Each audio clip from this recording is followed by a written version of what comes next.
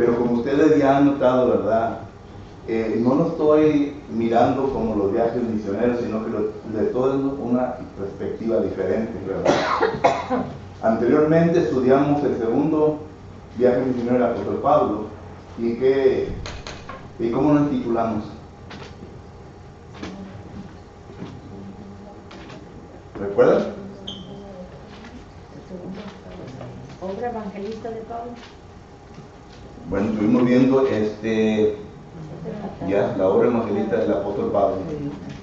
Solo que estuvimos viendo varias congregaciones donde el apóstol Pablo hizo su obra evangelística, ¿verdad? Y le dimos esa perspectiva. Ahora vamos a ver el tercer viaje misionero del apóstol Pablo. Y el título, ¿verdad?, que le hemos dado es que Sana Doctrina. Sana Doctrina.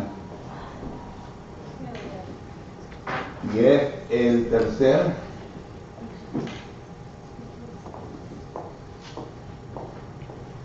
viaje de Pablo. Y son los versículos del 18, 24 hasta el 21, 16 de Hechos, ¿ok? El tercer viaje misionero del apóstol Pablo fue más o menos alrededor de la fecha de 53 al 57. ¿Qué tantos años ya tenía la iglesia de haber establecido? Si toma el 53, 20 años. Si toma el 57, 23 años, ¿verdad? O 24 años. 24 años. Lo que ha tenido la iglesia de unos 20 a 24 años de ser establecida. Y el apóstol Pablo visita varias congregaciones en estos lugares. Y como ustedes pueden ver, en la visitación del apóstol Pablo ahí miramos primeramente sana doctrina sobre ¿qué? Sobre el bautismo. ¿Ok? Y estos son Hechos, capítulo 18, versículo 24, hasta Hechos, capítulo 19, y versículo 7. Cuando usted lee, cuando nosotros leemos estos capítulos, nos damos cuenta de dos eventos o ejemplos en donde la Biblia nos presenta concerniente alguna situación que una pareja y el apóstol Pablo confrontaron a ciertas personas, a consecuencia del bautismo que ellos habían recibido. Solo que Hechos capítulo 18, versículo 24, hasta Hechos capítulo 19, versículo 17. Es igual como hoy en día, ¿verdad?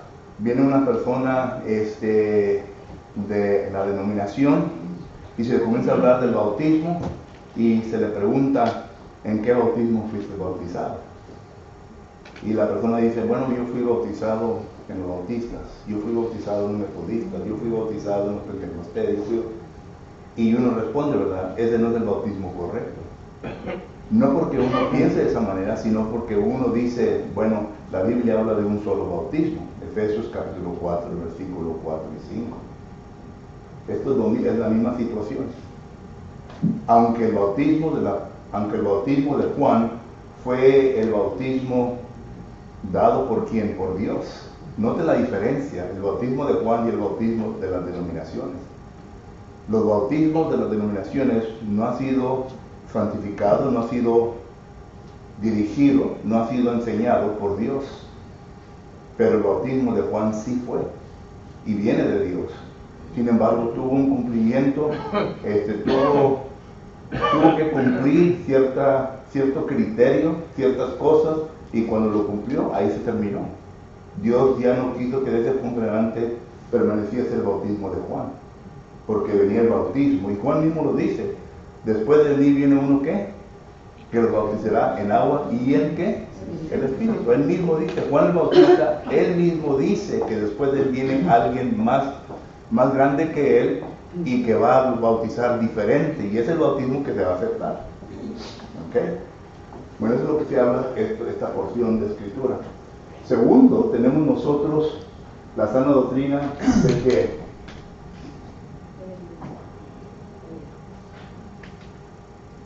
los 4 puntitos arriba de su lección. La doctrina de la iglesia. ¿De qué? La doctrina La doctrina de la iglesia que se predica en Ahora, la ¿por qué iglesia. ponemos la iglesia? Y estos Hechos, capítulo 19, versículo 8, hasta el 41, tengo ahí o 38. 41. 41. El resto del capítulo. Y es la doctrina de la iglesia. Y déjeme decirle por qué es la doctrina de la iglesia. Porque cuando el apóstol Pablo llega allí, encontramos una religión diferente. Encontramos una religión diferente. Una persona llamado Demetrio, que era el que hacía sus templecitos, sus cositas, ¿verdad?, para que la gente adorara. Casi cuando uno va a la ciudad de San Juan, ¿verdad?, llega ahí a la basílica de ¿quién? De Guadalupe, y ahí algo similar a eso, hermanos. Algo similar a eso. Algo similar a eso. El apóstol Pablo llegó allí al templo de la diosa Diana, y Pablo comienza a predicar concerniente a la iglesia correcta, a la iglesia verdadera. Imagínense usted llegando allí a la basílica de San Juan, la basílica de Guadalupe, y comienza a predicar que la iglesia de Cristo es la única. A ver si acá dentro de unos 5 minutos no está la policía ahí que está causando molestia ahí, que se debe de ir. Algo así, semejante así. Y el apóstol Pablo entonces comienza a predicar sobre la iglesia y causa un alboroto ahí. Un alboroto que el apóstol Pablo viene a confrontar a varias personas en estos momentos. O lo que estos artículos hablan de eso, la doctrina de la iglesia. Pero tercero, miramos nosotros concerniente a la doctrina de ¿qué? Adoración. Adoración. Y esto lo vemos en Hechos, capítulo 20, versículo 1 al 12. 1 al 12. Y ahí miramos nosotros cuando el apóstol Pablo llega a la ciudad de Troas. Y cuando Pablo llega allí, noten que llega a reunirse con los discípulos en Troas. Y entra en una casa, en un aposento alto, y miramos nosotros que el apóstol Pablo allí viene a desarrollar la adoración. Es el texto que nosotros usualmente usamos y venimos a comunicar a aquellas personas que nos preguntan que por qué participamos de la Cena del Señor cada primer día de la semana. Hechos capítulo 20, versículo 7. Y claro, ¿verdad?, que ahí es en donde estamos usando la autoridad de un ejemplo autoritativo de la Biblia que seguimos, que es mandamiento. Recuerden que hay 3 maneras en cómo la autoridad de la Biblia se puede establecer. Mandamiento directo, es decir, cuando la Biblia enfáticamente, imperativamente nos enseña de ciertas cosas. Pero también tenemos nosotros la inferencia y luego el ejemplo bíblico, del cual estos son nucleos. Y aquí miramos nosotros donde el apóstol Pablo llega al aposento alto, se reúne, y miramos nosotros que el apóstol Pablo participa en la Cena del Señor. Miramos que el apóstol Pablo viene a predicar y a enseñar, dar una clase. Y claro, ¿verdad?, por causa de lo que el resto de la Escritura nos enseña, por ejemplo, Hechos capítulo 2, versículo 42, y perseveraban en la doctrina de los apóstoles, nos damos cuenta que el apóstol Pablo tuvo compañerismo, y al decir compañerismo ahí la palabra koinonia en el lenguaje griego nos da a entender que hubo la participación de la ofrenda y participación de los cantos. Cuando nosotros leímos el Nuevo Testamento concerniente a la ofrenda, se usa la palabra koinonia, un compañerismo en donde el cristiano viene a ofrecer lo primero de lo que el Señor le ha dado. Y también los cantos, Efesios capítulo 5 y versículo 29. Y todo esto venimos a inferir en el texto, porque si hubo adoración, tiene que ver los 5 alimentos de la oración. Y este versículo nos habla de esto. Y por último, miramos nosotros que ahí el apóstol Pablo, que en Hechos capítulo 20, Hechos 20, del 13 al 38, ¿qué dice? La defensa. ¿Ok? La defensa de la doctrina. El apóstol Pablo viene a defenderse porque los judíos vienen a acusarle, ¿verdad? vienen a acusarle. Recuerden que el apóstol Pablo llega a la ciudad de Jerusalén y los que estaban en Jerusalén le dice, mira, aquí tenemos 4 varones que van a cumplir voto. ¿Por qué no vas y pagas los gastos de ellos y cumplen un voto, verdad? Para que los judíos sepan y entiendan de que tú también eres uno de nosotros y que tú también estás de acuerdo a la ley. Pero miramos nosotros el alboroto que se hace ahí. El apóstol Pablo entonces comienza su defensa y comienza a defenderse. Va ante el concilio, Hechos capítulo 23, y ante el concilio expone de lo que se le están acusando, y el concilio estaba compuesto de mitad de fariseos y mitad de saduceos. Ellos mismos tenían su propia doctrina. Pero Pablo, saliendo de los fariseos, él dice, bueno, me acusan de la resurrección de entre los muertos. Y comienza entonces la división o el argumento, la confrontación uno contra el otro en el concilio. Entonces se apela el apóstol Pablo a algo superior a eso. Y miramos nosotros que aquí viene a cumplir el apóstol Pablo lo que Hechos capítulo 9 versículo 15 dice, que él estaría ante reyes y les predicaría. Y aquí miramos nosotros en donde el apóstol Pablo no solamente se defendió su postura concerniente a las doctrinas que enseñaba, sino que también tuvo el privilegio de enseñar y predicar el evangelio a ciertas personas, tanto como a Félix y a Drusila, personas inmorales, personas corrompidas.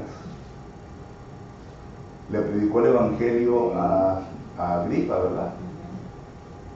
Solo que Pablo tuvo oportunidades para predicarles a estas personas la palabra de Dios. Entonces, este es el contexto. ¿Ok? Si usted lo leyó, ¿quién leyó los versículos 18, 24 hasta el 21 y 16? Ahí está Marla. Entonces ustedes saben todo esto, ¿verdad?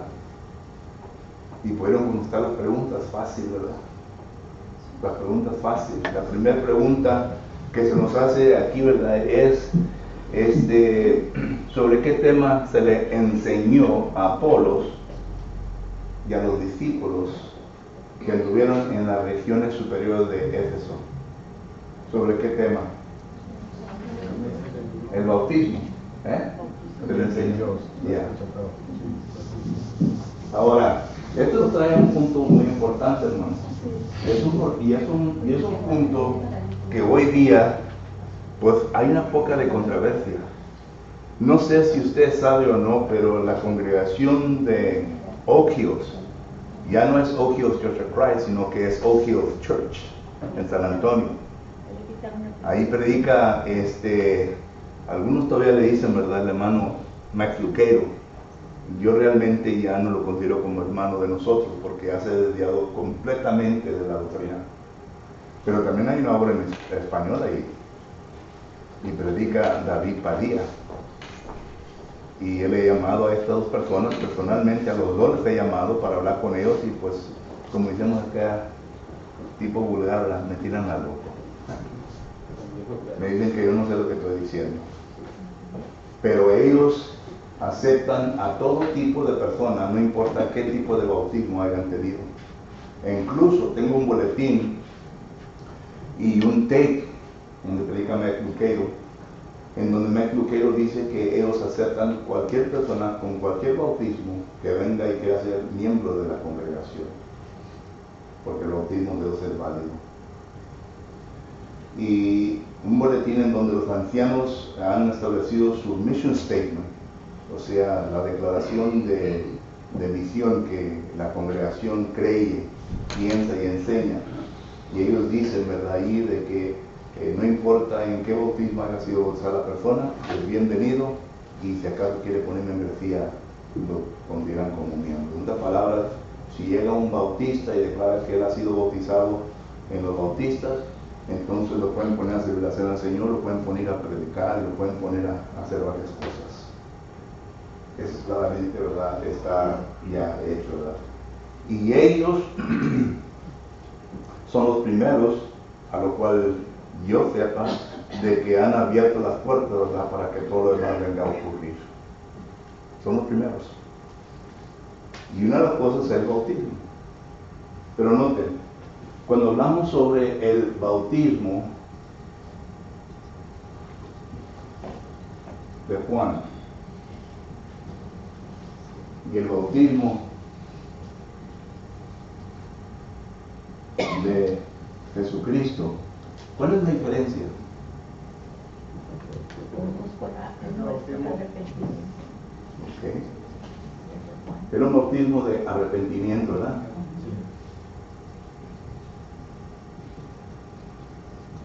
Y Pablo mismo lo dice ahí en Hechos capítulo 19, ¿verdad? No sé lo que Pablo dice en Hechos 19. En Hechos 19 dice el apóstol Pablo, versículo 3, entonces dijo, ¿en qué fuisteis bautizados? Ellos dijeron, en el bautismo de Juan. Versículo 4, dijo Pablo, Juan bautizó con bautismo de arrepentimiento, diciendo al pueblo que creyese en aquel que vendría después de él, esto es, en Jesús el Cristo. Pablo lo dice, es un bautismo de arrepentimiento. Mateo capítulo 3, versículo 2, un bautismo de arrepentimiento. Marcos capítulo 1, versículo 4, un bautismo de arrepentimiento. Lucas capítulo 3, un bautismo de arrepentimiento. En donde usted lea concerniente al principio del ministerio de Jesucristo, va a encontrar estos textos. Es un bautismo de arrepentimiento. Pero mi pregunta es, ¿arrepentimiento de qué? Recuerde que el último libro del Antiguo Testamento, que es el libro de Malaquías, los judíos ya se habían desviado nuevamente de la doctrina de Jehová. ¿Verdad? El libro de Malaquías es un libro de amonestación, se escribió alrededor de los años de 400 a 430 antes de Jesucristo. Y luego vienen los 400 años del Testamento. Y lo empiezan 1, 2, 3. Pero los judíos ya se estaban desviando. El libro de Ageo, el libro de Zacarías, noten y véanlo, son libros en donde están amonestando estos profetas a los judíos concerniente a su desviación ya de la voluntad de Jehová Dios. Ageo dice, ¿acaso ustedes edifican sus casas hechos de mármol? Se preocupan por todo eso, ¿y qué de Jehová? Malaquías dice, ustedes ofrecen animales, sacrificios que no son lo primero de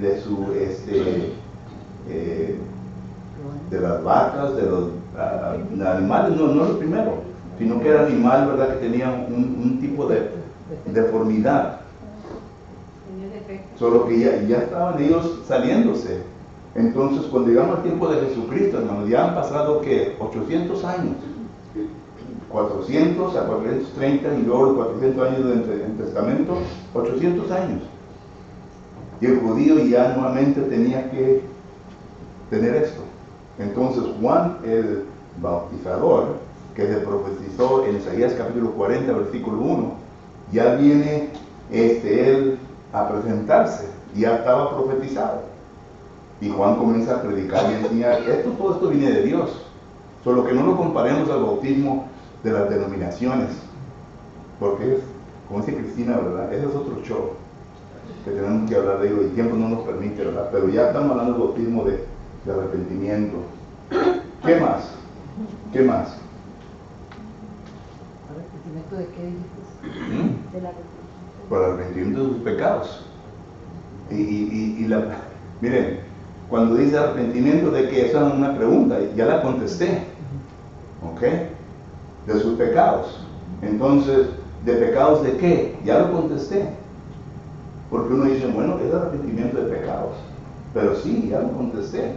Todo eso lo contesté. Los judíos, el estado de los judíos. Recuerda que en una interpretación de un versículo se tiene que considerar la cultura, la situación en la cual se encuentra el versículo. El bautismo de Juan, voy a poner no Espíritu Santo. ¿Ya había venido el Espíritu Santo? No.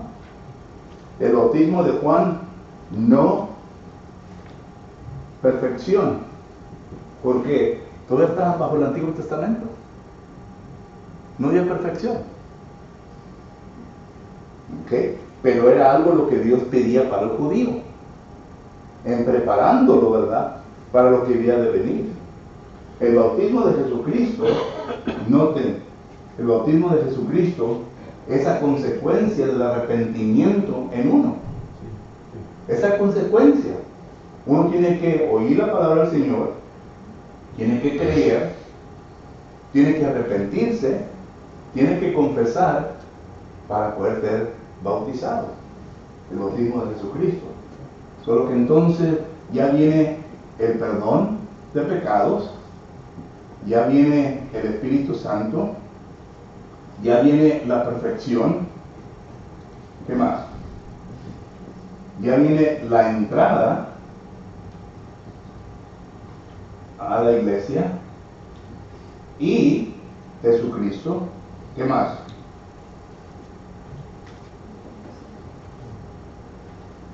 El Espíritu Santo. Bueno, yo creo que eso es suficiente, ¿verdad?, para contrastar contra esto, ¿verdad? Pero esto es lo que el bautismo de Jesucristo nos ofrece. El bautismo de Jesucristo. Ahora, el bautismo de Juan. Entonces uno haría la pregunta, muy curioso, ¿verdad?, entre la audiencia haría la pregunta. Entonces, las personas de aquí no se les perdonó el pecado. Bueno, de acuerdo a esto, sí se les perdonó el pecado, como a todos los demás. Pero estos todos estaban bajo ¿qué? La promesa, que habla Hebreos capítulo 11, versículos 39 y 40. Estaban bajo la promesa, estaban cubiertos con la promesa de Jesucristo. Lo que dice, aquí pueden poner Hebreos 11, 39 y 40, pueden poner Romanos capítulo 3, versículo 24, 25, ¿ok? Pueden poner los textos, porque dice que Dios sobrepasó, dijo, los pecados de aquellos en el Antiguo Testamento. ¿Por qué? Porque tenían su mirada en la promesa. ¿Ok? Pero ya entonces llegando aquí es algo diferente. Y esto es lo que Priscila y Aquila y Pablo, Priscila y Aquila, Apolos y Pablo, a los 12 discípulos que andaban en la región de Éfeso. Y claro que cuando fueron bautizados, el apóstol Pablo les impuso las manos a estos discípulos para transmitirles un don milagroso, que los apóstoles tenían el poder para hacer eso. Algo importante hay que notar es que en la promesa que dices es que la promesa era que debían de morir creyendo en que un día iba a venir el Salvador, que era Jesucristo. Así es. En eso tenían que morir creyendo. Bien. Para que pudieran ser cubiertos. Así es. Y creyeron, ¿no? Porque, ¿qué dice Juan 1:11? Dice, los suyos vino. No creyeron. Ni los mismos hermanos de Jesucristo, Juan capítulo 7, creyeron en Jesucristo. Los mismos hermanos de Mateo capítulo 13, versículo 55. Tenía hermanos, Jesucristo. Ellos no creyeron en Jesucristo. Dice Juan capítulo 7, que eran unas personas incrédulas. Solo que entonces miramos nosotros, todo este cuadro, ¿verdad?, lo podemos ver en la diferencia del bautismo. Es por esto que cuando una persona viene del pentecostalismo, del bautismo, todas, hacemos énfasis en el bautismo, porque no se han bautizado correctamente. No se han bautizado correctamente. No puede uno sembrar una semilla de maíz y esperar que nazca ¿qué? El frijol. ¿Entendemos? Yo creo que no entienden, ¿verdad? No podemos sembrar la semilla de verdad, hermanos. No podemos sembrar la semilla de verdad y luego que nazca un bautista, un pentecostés, un metodista. No puede. Es ilógico pensar en eso. Cuando se siembra la semilla de verdad, tiene que nacer una persona, un cristiano, que es miembro del cuerpo de Cristo Jesús. ¿Entendemos? Tiene que hacer, porque la Biblia sí lo enseña. Y estas personas están diciendo, no, se sembró la semilla, sí se sembró la semilla, pero no sé lo que dio. ¿Qué dio? ¿Qué dio? Dice la persona, ¿qué dio? ¿Qué eres? Dijo, soy bautista. Exactamente. La semilla de verdad no produce un bautista. La semilla de verdad no produce un pentecostés. La semilla de verdad no produce un católico. La fraternidad de verdad no produce ninguna denominación.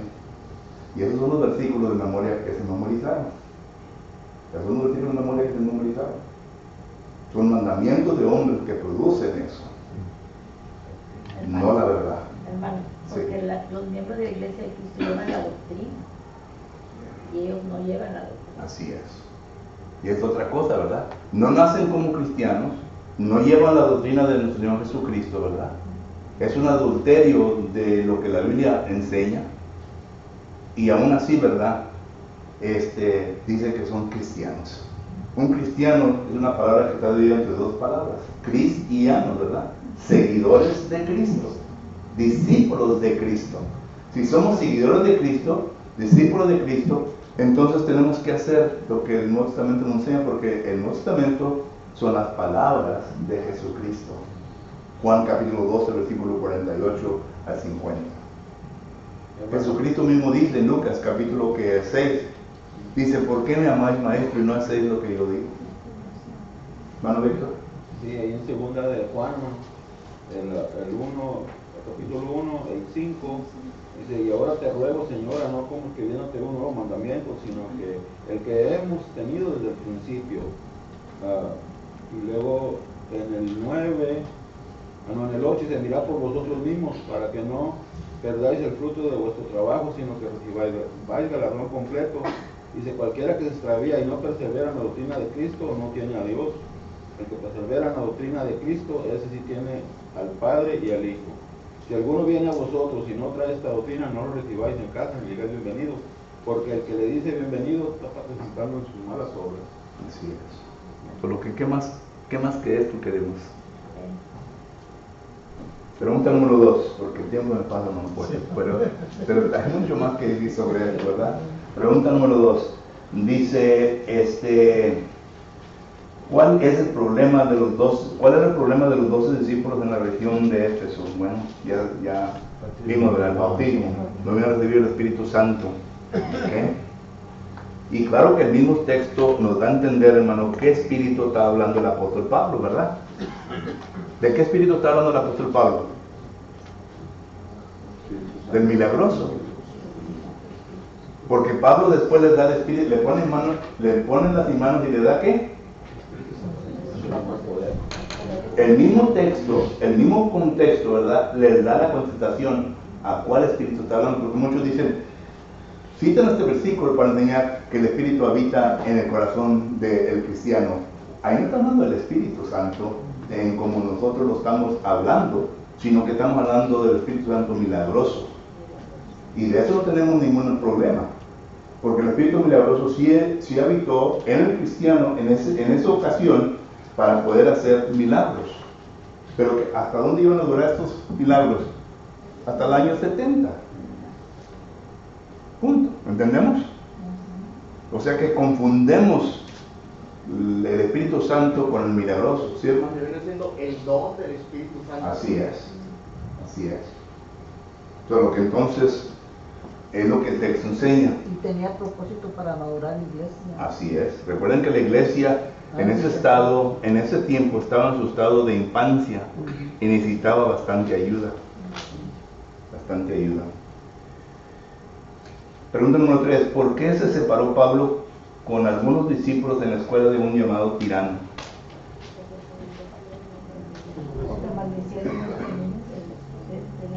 Porque unos judíos se habían endurecido y maldecido el camino, ¿verdad? Ahora, aquí este texto, hermanos, es algo interesante porque hay una porción de la Iglesia de Cristo que no cree en escuelas de predicadores, en colegios de predicadores, en nada de este tipo, sino que la misma congregación venga a entrenar sus propios predicadores. Y está bien, ¿verdad? Está bien. Si lo quieren hacer, no está bien, no hay ningún problema conmigo.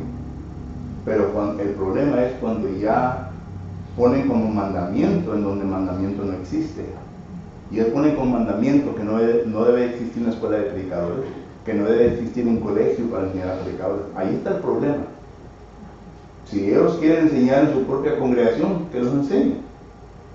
Pero que no anden imponiendo mandamientos, otra vez Mateo capítulo 15, versículo 8 y 9, que no andan poniendo mandamientos de hombres sobre en donde no hay mandamiento de Dios. Pablo se apartó a una escuela de un llamado Tirano y ahí enseñó a estos 12 discípulos. ¿Fue un tipo de escuela? Sí fue un tipo de escuela, porque Pablo lo hizo por espacio de ¿qué? 2 años. 2 años. Entonces, ejemplo tenemos en la Escritura, ¿verdad? En donde no fue en una congregación, sino que fue una escuela separada de uno llamado Tirano. Entonces, se puede enseñar bajo de un árbol a 12 personas por 2 años para que lleguen a ser predicadores. Y está bien, ¿verdad? Pero esto nos condena lo primero, o sea, que donde dice no debe existir colegio, no debe existir escuela de predicadores. Esto es algo legalista que hombres legalistas han impuesto como mandamientos y se ha enseñado por años. Y son de la misma iglesia de nosotros. Pues sí. Lo malo, es lo más Bueno, malo. yo lo tomo como hermanos, ¿verdad? Yo lo tomo como hermanos, pero cuando ya comienzan a poner este mandamiento de hombres donde no existe mandamiento de Dios, entonces ya hay problema. Y ahí es donde está el problema entre estos hermanos y aquellos que lo que deben enseñar. Hermano, eso se considera una división, ¿no? Sí. Se considera. Los líderes de esa iglesia ya salieron de la iglesia de Cristo. Sí, Salieron, eran maestros, sí.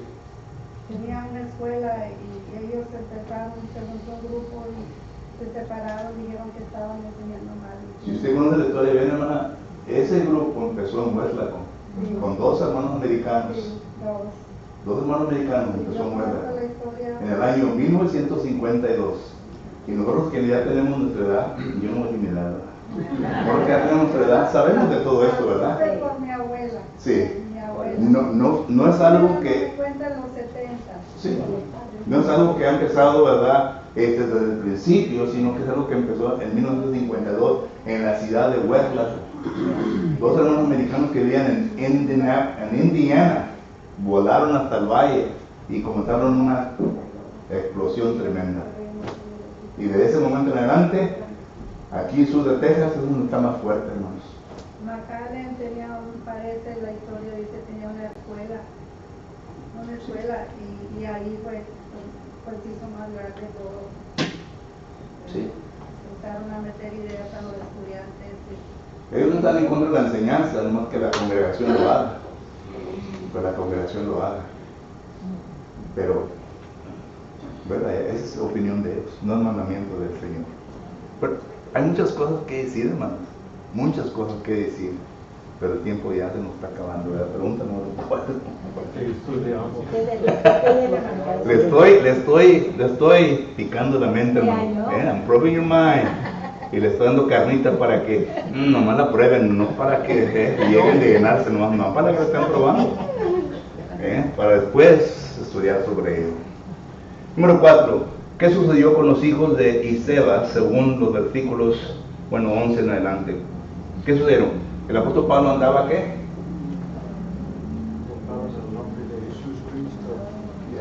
Andaba sacando demonios, ¿verdad? Sí.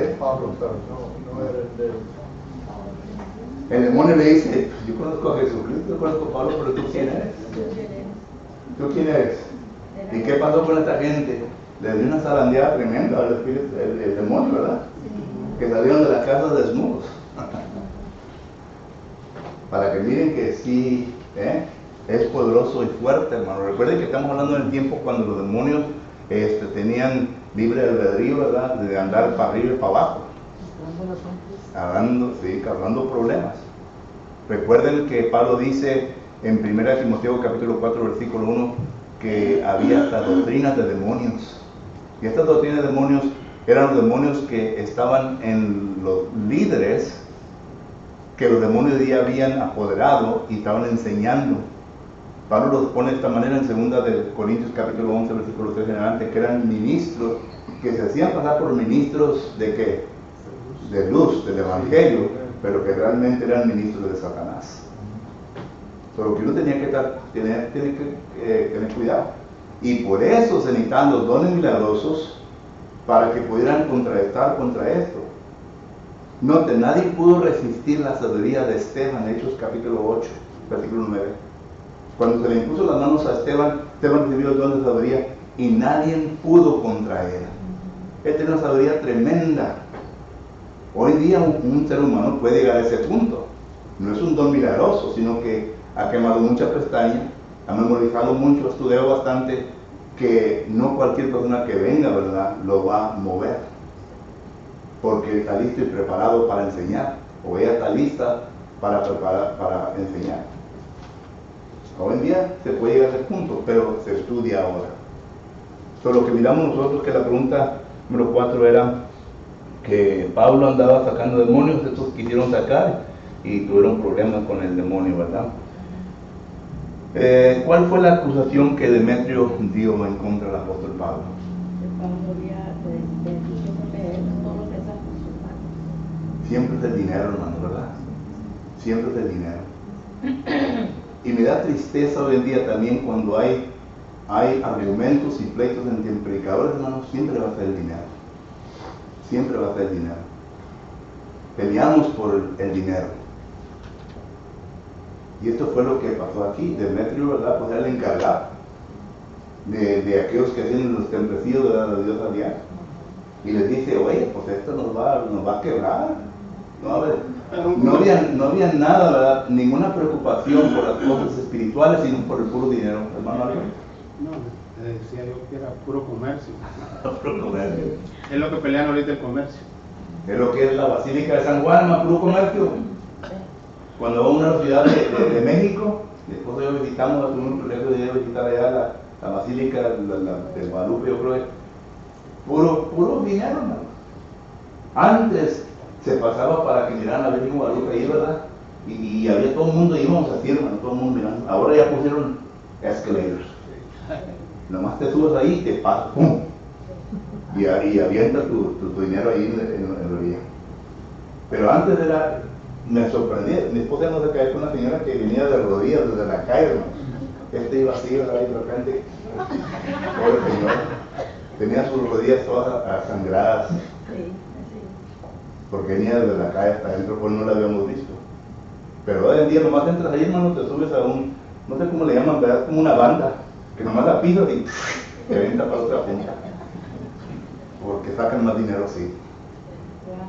Pero todo es puro dinero, puro comercio. No hay nada de edificación para mejorar al ser humano, para hacerle que mejore moralmente. Y esto fue lo que pasó en la ciudad de Éfeso. Y bueno, hay mucho que decir de la diosa Diana, ¿verdad? Que muchos han dicho, ¿verdad? Fíjense dónde es. Es en Roma. Esta diosa Diana viene de Roma. ¿Quién vino de Roma para los Estados Unidos? Especialmente para México. El Nahualón. Colón, ¿verdad? Cortés, ¿recuerdan? ¿Qué trajeron?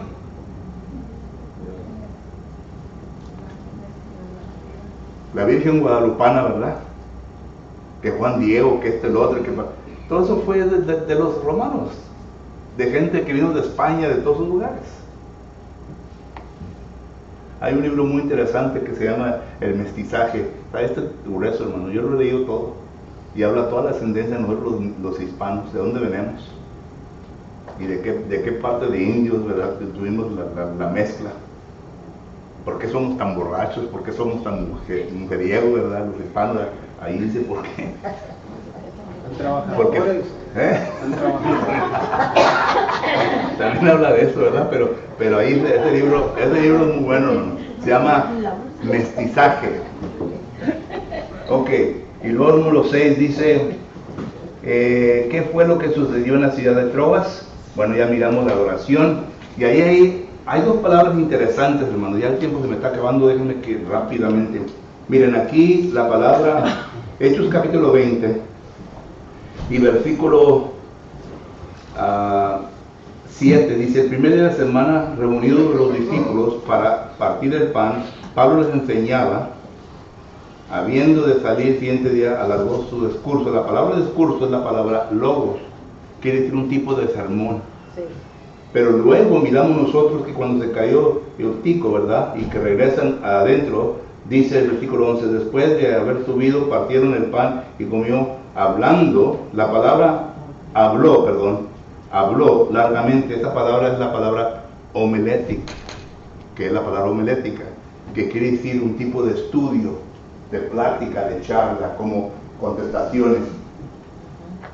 Solo que hubo la predicación, hubo la clase, hubo la cena del Señor, y claro, ¿verdad?, que venimos a inferir las oraciones y la cena del Señor y la ofrenda, porque el siguiente día salió.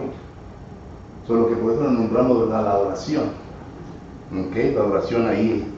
Y luego el versículo, pregunta número 7, ¿qué consejo le dio Pablo a los hermanos en Éfeso? Bueno, dio mucho, ¿verdad? Pero que miraron por ellos mismos, el rebaño. Hermanos ancianos, los mismos consejos que Pablo le da a los hermanos en Éfeso son consejos que también ustedes deben de tener en mente. Versículo 29 dice que después de su partida habían de entrar, ¿qué? Los rapaces. Tienen que tener cuidado, porque esa es siempre una tendencia de los rapaces, ¿me entiendes?